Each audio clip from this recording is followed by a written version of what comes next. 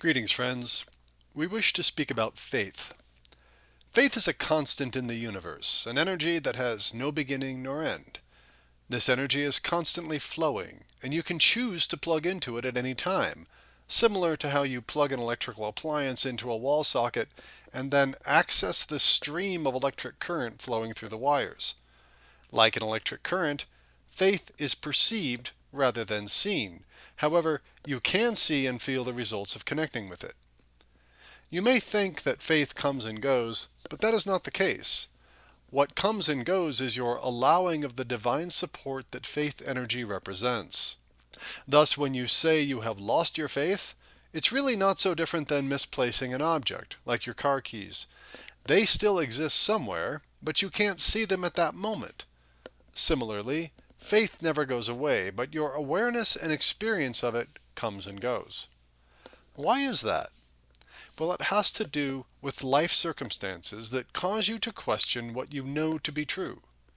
You've probably observed that life contains many challenges that shake the foundations of your beliefs. This is by divine design. No soul embodies on earth to be complacent. Rather, you are here to experience growth that will guide you back to the full realization of your divine nature. The challenges you encounter catapult you into uncertainty and drive you to seek a new truth. You must then tap the energy of faith to carry you toward new levels of understanding. While you may sense the truth of what you are trying to understand or demonstrate, if you don't yet fully embody it, the energy of faith will support you. It settles your mind and your nervous system amid the uncertainty. When you reach a point of certainty once again, you may say, my faith paid off. There were times when I doubted, but faith saw me through. And that feels great. But further down the road, you may come to doubt the correctness of your new truth. Physical reality continuously shifts as your consciousness expands. Big truths often become little truths, or they cease to be true for you altogether. Can you recall a time when you thought, I used to believe this and it was so important to me, but now it just doesn't feel correct. I have lost my faith in it. This is often called a crisis of faith. We want you to know that crises of faith are normal. In fact, they are by design. Although many religions teach that lack of faith is a sin, it most certainly is not. First, as we have said, there is no such thing as sin. There are only choices made of your own free will, and the consequences of those choices, devoid of any judgment from God. Second, when you feel you have lost faith in something, it usually means your energy has evolved to where you are no longer aligned with that thing, which indicates there is something bigger available to you. You see, faith is not about the correctness or incorrectness of what you are striving to embody. And when it carries you to a place of understanding that feels correct, you are not bound to maintain your faith in that particular understanding. Faith is an energy of support to carry you up the ladder of awareness to higher and higher truths. Think of it as your cheerful traveling companion that constantly says, keep going, your success is assured. That's why we say it's okay to lose your faith in a belief, a teaching, an individual, or anything else on the earth plane. In fact, loss of faith often heralds new spiritual evolution. It indicates your consciousness is expanding beyond your previous set point. Clinging to a strong faith in something you have evolved beyond actually becomes self-limiting. So rather than judging yourself when you lose your faith, we encourage you to be curious about it. You can say, I used to feel a strong sense of certainty about this, but I no longer do. That must mean I have higher understandings to achieve. And then draw upon the energy of faith to help you reach that next level of understanding. Now we can already hear people saying this is blasphemous because your religious texts direct you to have faith in a particular teaching or prophet. If you're feeling resistant, relax. We're not telling you to put those teachings aside, but rather to build upon them. When the Master Jesus told his followers to have faith in him, he made himself a focal point for a higher level of understanding than they had previously known. But you'll notice his personal focus was always on the teaching rather than on his physical presence. Jesus knew and taught that if people had sufficient faith in God, they could do everything he did and more. But Jesus also knew that small steps were necessary to bring people to that level of understanding. They had to have faith in the presence of a higher path than the one taught by the priests and rabbis of the day. And his physical presence represented that path to them. So the first step for many was to put their faith in him. But he knew that in time their faith would lead them to a higher understanding of his teachings, and that they would then shift their focus from worshiping him as a savior to practicing his teachings and rediscovering their direct connection with God. Even so, much of humanity still clings to the faith in a limited understanding of the personal power masters like Jesus and the Buddha demonstrated. Why? Well, it comes down to a lack of faith. That may seem confusing, so let us explain. When you are comfortable with a particular view of the Master and his teachings, such as, Jesus is my Lord and Savior who died for my sins, it requires a higher level of faith to seek the embodiment of his teachings, such as, all that I have done you will also do, and even greater works will you do. Most of humanity remains fearful of such power, and of your ability to wield it. Your fear then keeps you clinging to the more limited understanding of who you are and what is possible for you. And because humanity has built vast systems and structures around this limited understanding, it becomes self-reinforcing. To reach for something more expansive requires a level of faith that will take you outside of your comfort zone. In fact, it may just turn your life upside down as you begin to question all that you previously believed to be true. When you choose to step outside of the comfort of what the majority believes, it is often called blind faith. But we want you to know that you will not reach higher levels of consciousness and ability unless you are willing to break out of the comfortable boxes society has placed around you. And that is precisely why the energy of faith exists. Your phrase, leap of faith, is a good one because you must leap out of those limiting boxes and you must tap into the power of faith to do so. However, blind faith does indeed become a hindrance when you channel it toward conditions that you decide rather than relying on divine source to choose the optimal conditions for you. If you have sufficient faith in anything you wish to manifest, it will manifest.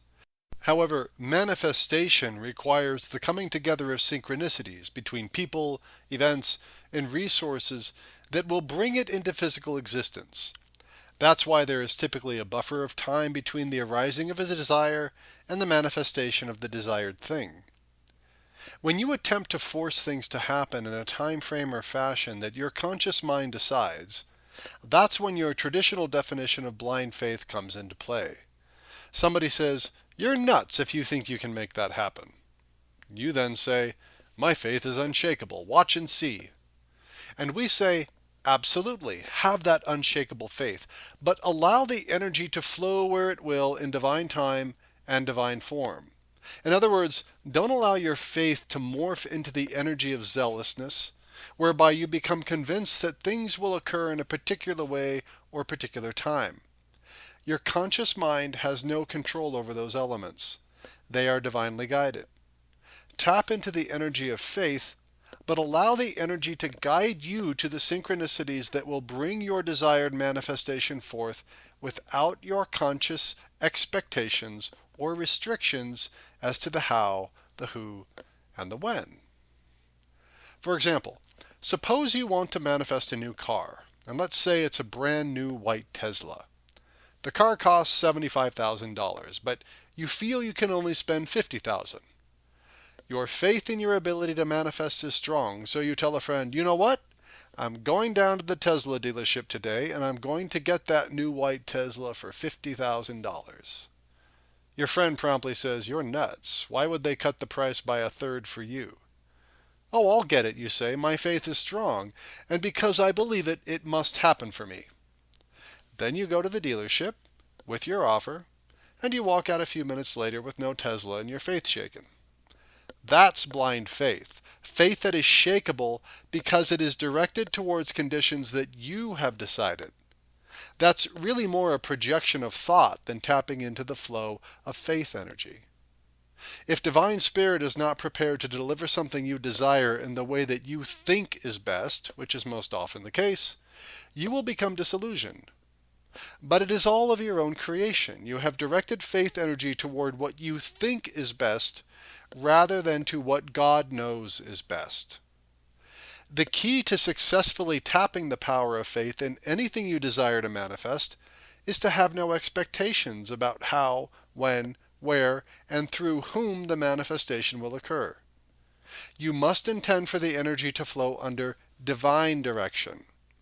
The creative power of faith will then flow toward the optimal people and circumstances to bring you what you seek in the optimal way and at the optimal time. What if the optimal time is 1, 5, or 10 years from now? Can you stay connected to faith energy for that long? If you can remain in a constant state of knowing that you will receive your desire and allow all of the synchronicities to line up, then by divine law you must receive it. Can you see how faith and trust go hand in hand? Faith is a universal constant you choose to access, and trust is a conscious choice to allow the flow of faith while the universe lines up the synchronicities that will bring your desires into physical reality in its own way and time. They are quiet and patient energies. Ironically, humanity often finds it easier to trust the power of faith during bigger life challenges than smaller ones. How often do you find yourself worrying over day-to-day circumstances like, I'm concerned my meeting with a client won't go well today. What if the store is out of my favorite brand? What if there's not enough space for my luggage on the airplane? Why didn't they invite me to go to the show with them? Oh no, I'm going to be 15 minutes late. There he goes again, doing that thing I hate. All such thoughts are manifestations of the fear that you will not get what you want, and fear disconnects you from the energy of faith. When you catch yourself thinking such thoughts, feel into the fear they represent, then consciously tap back into the energy of faith. Just visualize plugging yourself into it like you would plug an appliance into an electrical outlet, and then drop into your body and feel the flow of faith energy. It comes instantly. But don't place restrictions on how the energy will flow. Just trust that Divine Spirit is always flowing it toward your highest good. That doesn't mean you will always get what you want in the moment. Perhaps the client meeting won't go well, and perhaps they won't invite you to go to the show. But rather than interpreting these things as negative events, you can trust that the power of faith is still guiding you to the higher consciousness and manifestations you seek. When it seems something didn't go the way you wanted, use it as a reminder that the energy of faith is always flowing. Then simply tap back into it and trust that it will guide you to your highest good. But also trust that your highest good usually comes in ways you can't anticipate. Need evidence? Just think about all the times in your life when something happened that you judged in the moment to be bad, but later you found yourself saying, I couldn't see it at the time, but that was actually the best thing for me, and now I'm grateful for it. The energy of faith brings you to that perspective immediately, even as the seemingly unwanted event is unfolding. We hope you see faith in a new light now. Realize that you can never truly lose it. You simply choose whether or not to allow it to carry you forward, and the choice is always yours. As an added bonus, we want you to know that the energy of gratitude flows in the same way. Ponder that, and we wish you blessings on your journey.